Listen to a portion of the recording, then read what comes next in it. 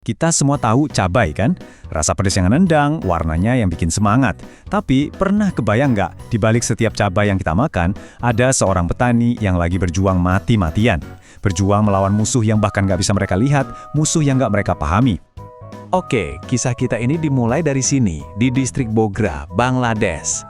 Tempat ini bukan sebarang ladang ya, ini tuh salah satu jantungnya industri cabai di sana. Ribuan keluarga menggantungkan hidupnya dari tanaman pedas ini. Dan kita nggak lagi ngomongin produksi skala rumahan. Setiap tahun, Bangladesh itu menghasilkan lebih dari 136.000 ton cabai. Angka yang gede banget ini nunjukin betapa vitalnya cabai buat ekonomi lokal dan tentunya buat pasokan makanan. Nah, di balik angka-angka fantastis itu, ada pertarungan yang nyata di setiap ladang. Yuk kita kenalan sama lawan tangguh yang harus dihadapi para petani ini setiap harinya. Biar lebih kebayang, coba lihat angka ini. 17%, hampir 1/5 dari seluruh pendapatan tahunan sebuah keluarga itu datangnya dari cabai. Jadi kalau panen gagal, ini bukan cuma soal rugi tanaman, tapi ini pukulan telak buat kelangsungan hidup mereka. Ladang cabai itu ibarat medan perang loh. Ada tungau, ada ulat, ada macam-macam virus. Tapi dari semua musuh itu, ada satu yang paling ditakuti, yang paling bikin rugi. Dan inilah yang jadi fokus kita sekarang. Oke, jadi siapa sih sebenarnya biang keladi utamanya? Apa nama penyakit yang menghantui ladang-ladang cabai ini? Namanya Anthracnosa. Ini bukan serangga, bukan juga virus. Ini penyakit yang disebabkan oleh jamur super kecil bernama Coletrichum. Dan yang paling licik, jamur ini emang udah ada di sana, sembunyi di dalam tanah, tinggal nunggu waktu yang pas buat menyerang. Terus gimana caranya jamur ini bisa nempel ke tanaman? Jawabannya simpel banget, lewat percikan air. Coba bayangin setiap tetes hujan atau air siraman itu kayak ketapel kecil yang ngelontarin spora jamur dari tanah langsung ke daun dan buah cabai. Dari situlah infeksinya dimulai. Mekanismenya sederhana, tapi dampaknya luar biasa merusak. Nah, disinilah kita masuk ke inti masalahnya. Ternyata ada jurang pemisah yang besar banget antara sekedar melihat gejalanya dengan benar-benar memahami apa yang sebetulnya terjadi. Bayangin, hampir semua petani yang disurvei, 99%, itu pernah melihat gejala Anthracnosa di ladang mereka. Mereka kenal banget sama bercak-bercak hitam yang merusak panen. Intinya, mereka lihat masalahnya dengan mata kepala sendiri. Tapi, disinilah letak masalahnya. Meskipun hampir semua orang pernah lihat, ternyata kurang dari 1/4-nya yang tahu kalau itu semua disebabkan oleh jamur. Jadi mayoritas itu lihat gejalanya, tapi nggak tahu apa akar masalahnya. Dan kalau tadi kaget, ini lebih kaget lagi. Cuma 2% petani yang sadar kalau penyakit ini bisa menyebar lewat alat-alat tani yang mereka pakai. Ini adalah kesenjangan pengetahuan yang, gede banget, dan akibatnya sangat nyata. Grafik ini nunjukin celahnya dengan sangat jelas. Lihat deh.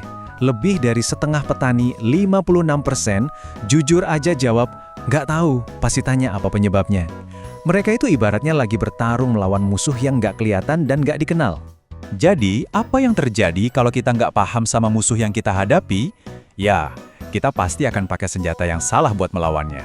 Coba kita lihat gimana kesenjangan pengetahuan ini akhirnya kelihatan dari tindakan mereka di lapangan. Di satu sisi, para ahli merekomendasikan solusi yang terintegrasi.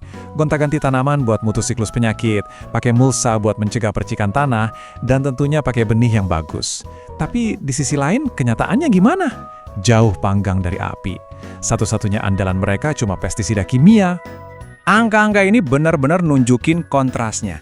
100% pakai pestisida kimia, 0% coba biopestisida, 0% juga melakukan rotasi tanaman. Ini menunjukkan ketergantungan total pada satu strategi aja. Dan ketergantungan itu nggak main-main jumlahnya. Rata-rata, petani menyemprotkan 21,6 kg pestisida per hektar setiap musim tanam. Itu jumlah bahan kimia yang banyak banget yang masuk ke lingkungan kita. Nah, ini bagian terburuknya. Strategi satu-satunya yang mereka andalkan ini, ternyata makin kesini makin nggak mempan.